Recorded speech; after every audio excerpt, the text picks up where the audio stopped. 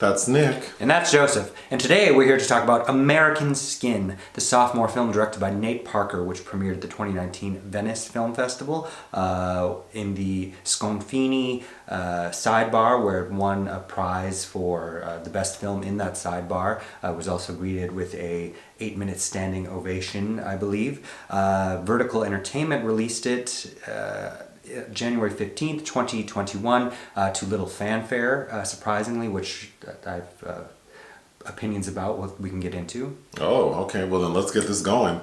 Nate Parker's first film is 12 Years a Slave. Oh my God. No? Wait. No, Birth of a Nation. Shit. Well, you haven't seen either of those, so I guess that's fair. Oh my God, I can't believe I messed that up. Yes. I'm keeping it in. Okay. The Birth of a Nation, which I was at that Sundance premiere. Standing ovations there, sold for a record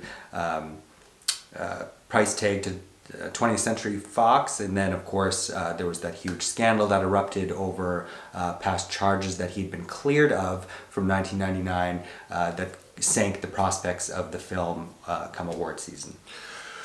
Okay, this film is set where?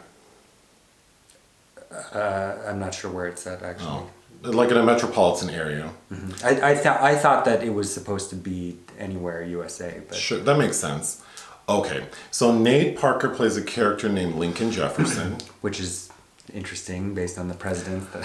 So it's set in modern time. Lincoln is driving around with his teenage son named... KJ, when they are stopped by police. And the police officer says he was speeding... or something, like it's a routine stop, but not really. Mm-hmm. When things escalate very quickly, mm-hmm. and an officer shoots and kills KJ. So then we fast forward a year and we see, obviously Lincoln has been greatly affected by the loss of his son. He is approached one day by a young man and woman who are student filmmakers who want to do a documentary on KJ. Mm-hmm. And Lincoln agrees. So in the background, Lincoln has corralled like his armed forces buddy. Omari Hardwick. Hardwick. And a few other people. And so things escalate quickly again because they they kidnap the police chief with the intention of holding the station hostage that is where the cop who shot KJ resides. Mm-hmm. And they tell the filmmakers, like, no matter what you do, don't stop filming. So the purpose of them holding the station hostage is they want to basically Lincoln wants to have a trial for the cop who shot his son. And they have all of the, like, armed law enforcement agents being held hostage, like, tied up. And then all of the civilians who were in the station, plus all of the non-violent not criminals, people who are in the holding cells for non-violent crimes are released, and those people are the jury. So Lincoln presents his case to the jury, and to the audience, us, we're thinking that the trial, the intention of the trial is to see if that cop, do we know that cop's name? Mm-hmm. The actor? Yeah. Beau Knapp. Whether or not he's guilty for shooting his son. Like, we know he shot him, but like, was he right for doing it? Mm-hmm. The jury says he's guilty, so it appears that Lincoln is going to kill the cop because he holds the gun to his head, and when he pulls the trigger, we see that it's empty. So really, he just wanted to teach him a lesson. But because this police station has been held hostage, obviously there's a situation outside, right? Like SWAT team and all the people are there. So when Lincoln decides to let everyone go and walk out of the police station unarmed with his hands in the air, he is shot and killed. The end. That's like the basic story. Yes, the basic story. Mm-hmm.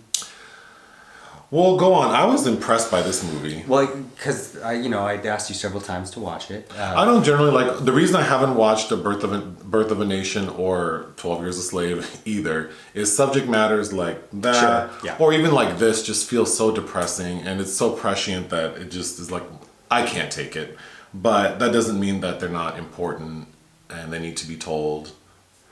And this was quality filmmaking. I agree. He's kind of speaking to a lot of things here. He's a Iraq veteran. So is Omari Hardwick as his buddy who's dying of cancer. So there's this component also of, men coming back home that are treated poorly, and of course for the color of their skin.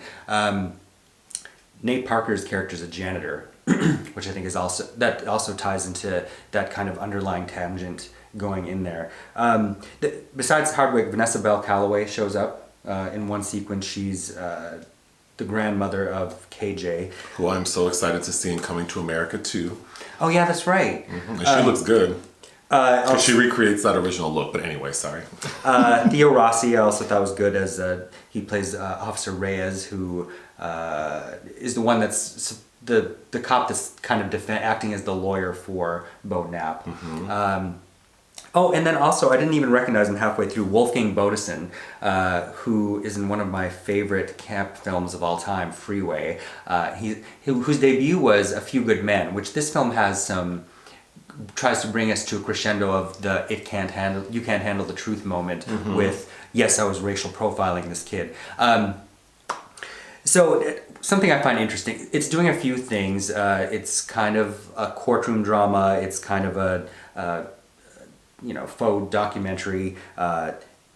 The character of Jordin King, who is the kid filming, he has this whole sequence where he explains to Lincoln where this project could go. And he makes a statement about if the right people hate it, it dies, which I think is kind of, in essence, what has happened to American Skin. Because Nate Parker's reputation was sunk due to Birth of a Nation, which I find so curious because he was cleared of those allegations, and then at the same Oscar ceremony, Casey Affleck, who was undergoing ongoing accusations, that won an Oscar. And of course, this predates the whole Weinstein Me Too era, but I think Nate Parker then and now is kind of a perfect example of how we still easily dismiss black creatives. Because really, he didn't have to come back. Nobody thought he was going to be able to make a film for years, I think. And then he came back with something that's prescient and speaking very much to our times. And I can't imagine with the greatest budget of all. He didn't have to do that. I don't know. But to me, this reminds me of a couple favorites. Obviously, 12 Angry Men. And we're talking about late 50s, a play that everything is on the nose, but the essence of this is to get the point across. Like, there is not supposed to be any ambiguity here. So I find it funny and ironic that the reaction that it's received from the mostly white press is that of utter disdain almost across the board. It also reminds me of Death and the Maiden, which is a Polanski film, and we're going to be filming something else on that shortly, but which is actually a favorite film of mine with Sigourney Weaver. But again, it has that kangaroo court mentality of there really is no justice or vengeance to be had, even though this kind of revenge fantasy has a pertinent amount of catharsis to it.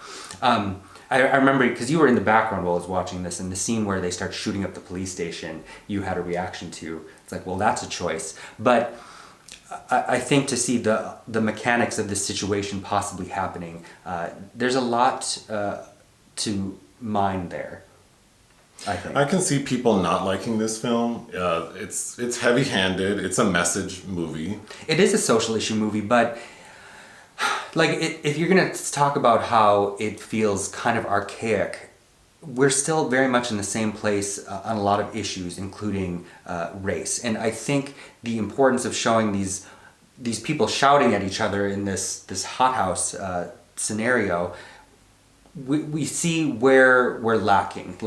These are arguments that we hear all the time, from anything about the consumption of hip-hop to these white cops saying, our job is dangerous, you people make it hard on us, we can't possibly be racist. But at the same time being completely clear that they feel uncomfortable by and around black people. Well, I think this movie will only really appeal to people who either agree with the messages it's presenting or at least will validate those. So unless a person is really willing to sit for nearly 2 hours and witness this unfold and think about it, then it's not enjoyable. I mean, it's not an enjoyable experience. It's thought-provoking. It's thought-provoking. And, I think the Jordin King character has a very eloquent monologue at the end that, of course, feels very much like the stuff of a theatrical play. But also the necessary way to wrap it up. And I know you didn't like the news cycle montage that kind of caps out the film. The film ends with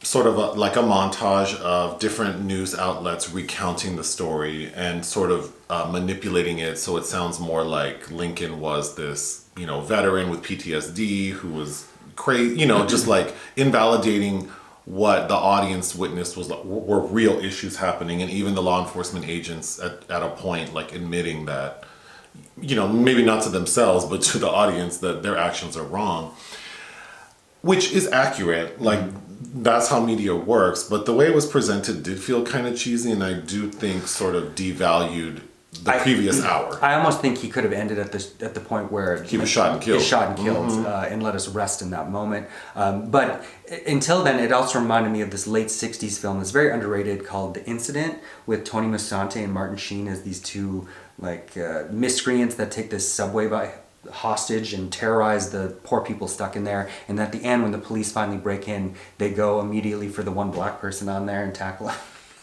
It to me, it's like so little has changed in many ways that it necessitates that these stories need to be told by black filmmakers. And I think, what I appreciated so much about Birth of a Nation that a lot of white critics that I talked to didn't like was there's no entry point for white people to feel comfortable in that. I mean, you're talking about a slave that led a rebellion that killed white people, and there is no white savior in that film. And I think that's why this film has a hard time, because it really, I don't know who would want to watch this film and feel good in it. Like, me watching it, it was just a lot of nodding, and it's unrelenting, especially when Lincoln, Nate Parker's character, starts interrogating the law enforcement agents as to their actions. It's unrelenting because he's not wrong. What these cops do, the profiling and their sort of thought process behind all the things you mentioned, is erroneous. So it's just this unrelenting sequence of the way people think is what is, it's just this endless cycle of everyone doing the wrong thing, and then here we are in this fucked up situation. Yeah, I just don't know who, certainly people who are all lives matter, or who well, it's certainly who think that the recent raid on the Capitol building was warranted. I mean, this movie's not for them. It certainly is evidence of the confrontation and conversation that still needs to happen very directly like this. And because some of the charges I read against the film were that it's manipulative. Well, every film is manipulating you. There's a really great passage in a book I love, Zeroville by Steve Erickson, which James Franco made a so-so film adaptation of. And I don't remember the direct quote, but it's so eloquently stated in there, a film editor talking to the protagonist about every film is trying to manipulate you. You're just angry when you can see the manipulation. But I think with something like American Skin felt very much like early Spike Lee to me. And I have a hard time thinking that if Spike Lee's name was on this, it would have received the same vitriol. I kind of wanted to shout out, for IndieWire, David Ehrlich compared this film to saying it was Frank Capra meets Tommy Wiseau, which I couldn't disagree with more. But then goes on to say that it's so bad that he, Nate Parker, deserves to be canceled on artistic grounds alone, which at best is adolescent, and at worst he sounds like a pretentious idiot, but I think it's probably all of those things. But just how disrespectful that is, that as a critic you're not supposed to be a cultural gatekeeper, and it's not supposed to be objective, in my opinion, either. It should be your opinion. But it's like kicking Nate Parker's film that is about a very pertinent subject, and this came out in September of 2019 when this was written. I have a hard time believing that these same opinions would have been published after last summer's protests. But it just the lack of respect says to me that in statements like that you don't know any black people or care for any black people, and I don't know, just you shouldn't be writing about films like this then. I don't know. That's it. I was just very disappointed. I've been waiting to see this film. Vertical Entertainment was not releasing press screenings, and I was not at that Venice Film Festival. But and I can see why. I think they were trying to protect it from further damage. But I'm very thankful that it was released at least. What would you give this film? I give it 3.5 out of 5. Anything else? No. All right, bye. Bye.